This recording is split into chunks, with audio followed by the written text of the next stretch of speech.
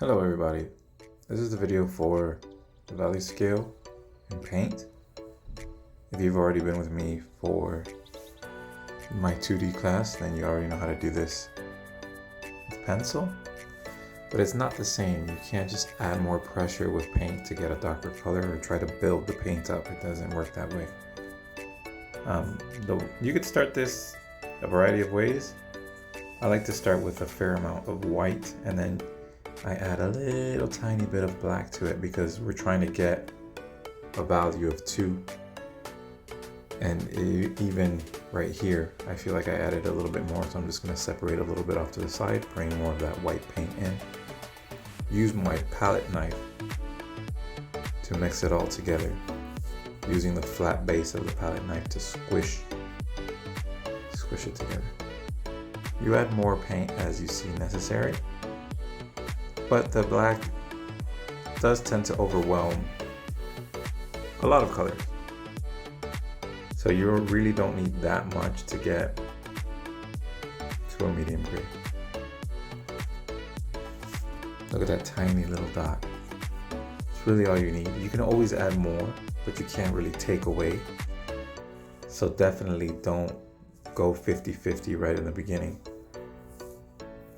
It's pretty straightforward, as I said before. You're just trying to gradually decrease the darkness by adding more and more black.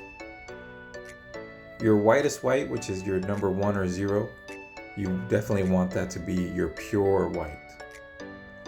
You don't want to mix that with anything. And your darkest dark, you want it to be your pure black. So on both ends of the spectrum, you have just the pure color. Everything in between is mixed. This also could work for colors. They say that technically black and white. Black being the absence of color and white being all colors. Sometimes they're not considered colors. But for the sake of communication, I've decided to call them colors in this video. There you go, I'm ready to have my darkest dark, which is my pure black, and then on this end I just do the opposite of what I started with, and you have everything, in between.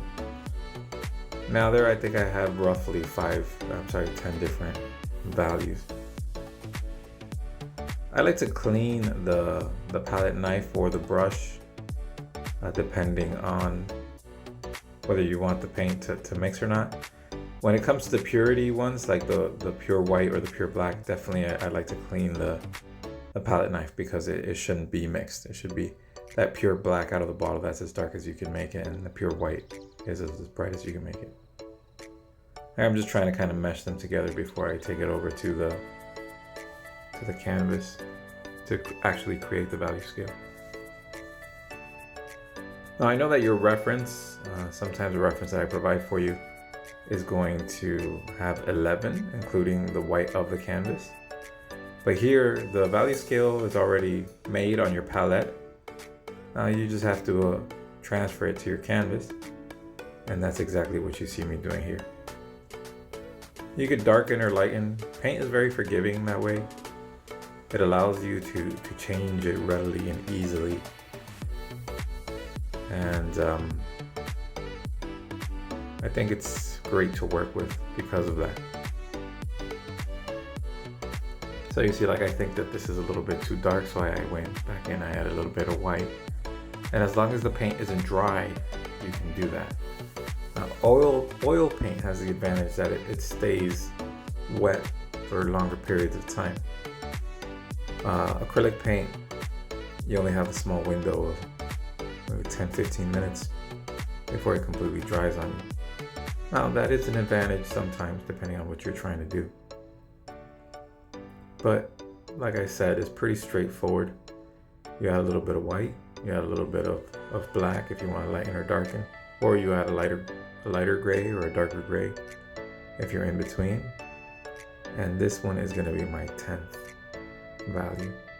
Now the 9 and 10 here are too similar, so I'll just go in and I'll change it ever so slightly. And of course you could get even a wider variety than just 10, but 10 is all you need. for the purposes of this assignment.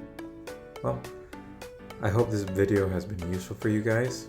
I try to always make sure that you have something to guide yourself by. And I'll see you for the next assignment. Have a wonderful day.